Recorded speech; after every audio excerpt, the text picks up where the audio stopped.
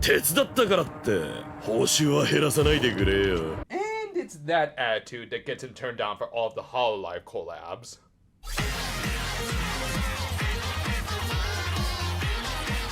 In a nice change-up, we got Lakia doing the intro monologue for the first time in the series. It kinda made up for them needlessly replaying the last minute or so of the previous episode. But yeah, continuing from that, Lakia engaged the Kabuto Grand Ute and his overly elaborate costume that they clearly had to try and work around. I mean, the action overall was still very decent, mostly thanks to Lakia using some pretty clever tricks, like using his feet on his bow and arrow, which yeah, I don't think you should try to do in your next archery class. In the end though, a little gaslighting over Komel gave him an opening to escape. Later, he and Sachika met with Koji to clarify how he lost his VTuber account.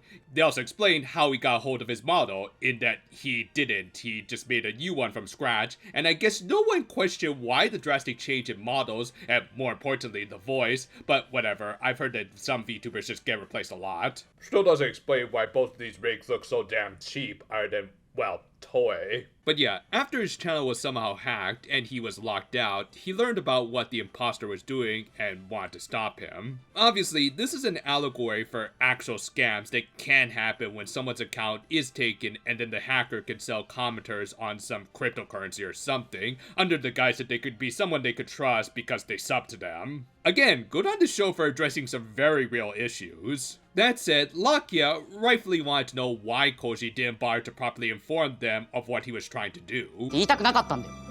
学校のみんなにも配信は秘密だし、今日は探りだけのつもりだったし。 Kid, that's what NDAs are for, just as long as you don't abuse them like Hollywood. Still, Koji wanted to confront him, which Lakia tried to discourage him from, but he didn't listen, and even said that he would mind dying for his account, which, yeah, is a little much there, kid, which Lakia seemed to agree with for his own reasons. Later, Shoma came back and was filled in on what was going on. This led to him correctly deducing that Lakia likely saw a lot of Komel in Koji, and not just the first two letters of both of their names. But yeah, Sachika was also able to catch on to the very blatant parallels after Shoma told her about the brother. With that, the two tracked down the slacker writer to try and convince him to help look for Koji. He of course tried to act all Tsundere, but his act didn't work on Sachika, who managed to use some logic and other methods to motivate him. Lakia も幸せじゃないじゃん。手遅れになって後悔してほしくない。Yeah, okay, I ship these two now.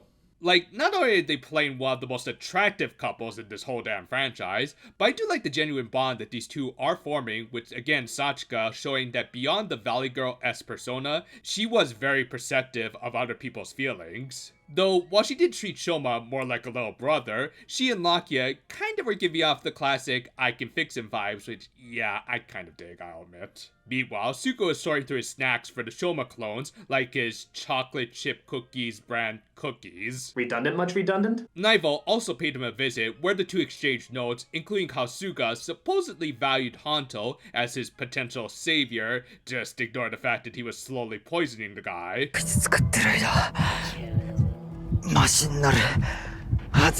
I just need one more hit, just one more. Yeah, I have to keep reminding myself that this is a show for kids. Back with Lakia, he managed to track down Koji, who thankfully wasn't actually stupid enough to go confront the giant beetle man, and instead just eat some pudding. To which he explained how he originally created to share his passion for sweets by forming a friendly community through it. Which, hey, I get. I mean, just look at this channel, which started up because I just wanted to share my love for anime and games one day, and then it mostly just became about Precure, and we only recently started to branch out into other stuff, but still, you get the idea. You really do end up feeling for this kid, who, even after this case is solved, his channel will likely maintain some bad reputation for the chain of disappearances that the Grand Nuke caused, but still, it would likely be worth fighting for at least. Lakia especially related to him as someone who also lost something important to this very same space drug cartel. And he related even more when Koji offered him his signature sweet the same way Komel shared his fancy rock salts with his brother. God, the Grand Newts must live off of sodium. But yeah, all in all, a really wholesome exchange and a good way of having Lakia actually try pudding for the first time. Later, the Grand Newt publicly invited another 10 people to one of his meetings, which you'd think at this point would also end up inviting the cops due to all the disappearances, but they never take the VTuber stuff all that seriously anyway. こちらもほで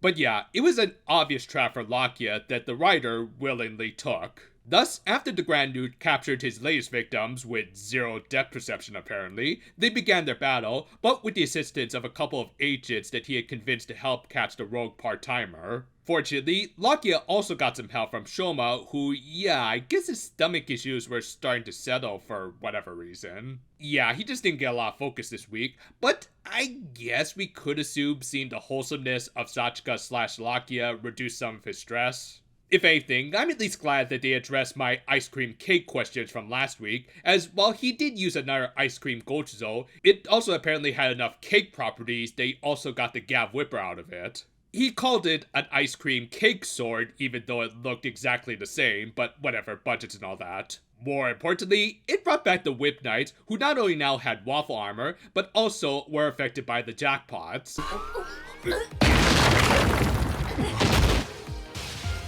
I don't get it. But yeah, while he dealt with the agents, Lakia basically had his variation of Shoma's ultimatum, with of course the Bugman still not willing to give up his addictions. Well, that's just too bad for Josuke, as he and his bad haircut were going to hell. He also probably has to contact YouTube, and even then, it's gonna take them a good while before they process that stuff because it's YouTube. Then again, I guess when you have a social following and money like Sachika, you can circumvent some of that stuff, as almost immediately Koji got his channel back. With that, the episode ended with Hanto returning to Suka to try and fix his condition, only to run into a very obvious green screen effect. This was a solid conclusion to Lakia's old VTuber story from last week. It nicely addressed all my questions I had from last week, whilst also highlighting what most content creators should strive for with their channels. I do kind of wish that the other writers could have got a little more spotlight, but Shoma and Hanto have already got a lot. Plus, they are just gonna go back to their stories starting in the next episode.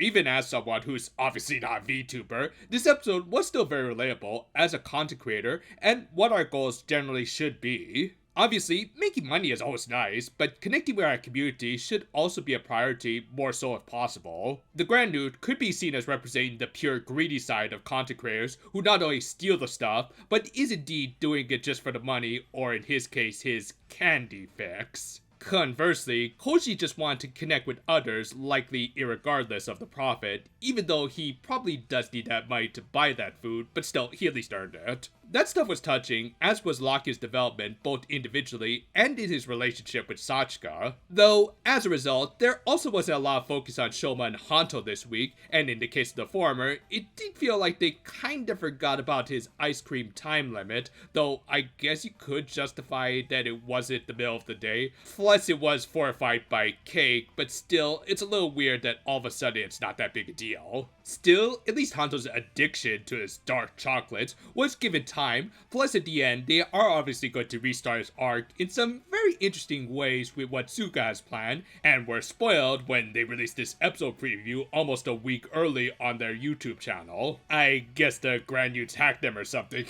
But yeah, overall, a solid enough episode just for Lakia and the VTuber stuff. Would have appreciated a little more build up to the next episode, and maybe even a little more YouTube drama. I mean, if anything, you could teach the kids how not to be an obnoxious IRL streamer, as that's unfortunately become very topical these days. Thank you for watching, and if you want to support this channel's community, maybe you can check out some of our other videos here. We've been busy this season, and have gotten a lot of new subs as a result, which we do really appreciate. Look forward to whatever comes next. Until then though, fair for now my friends, and...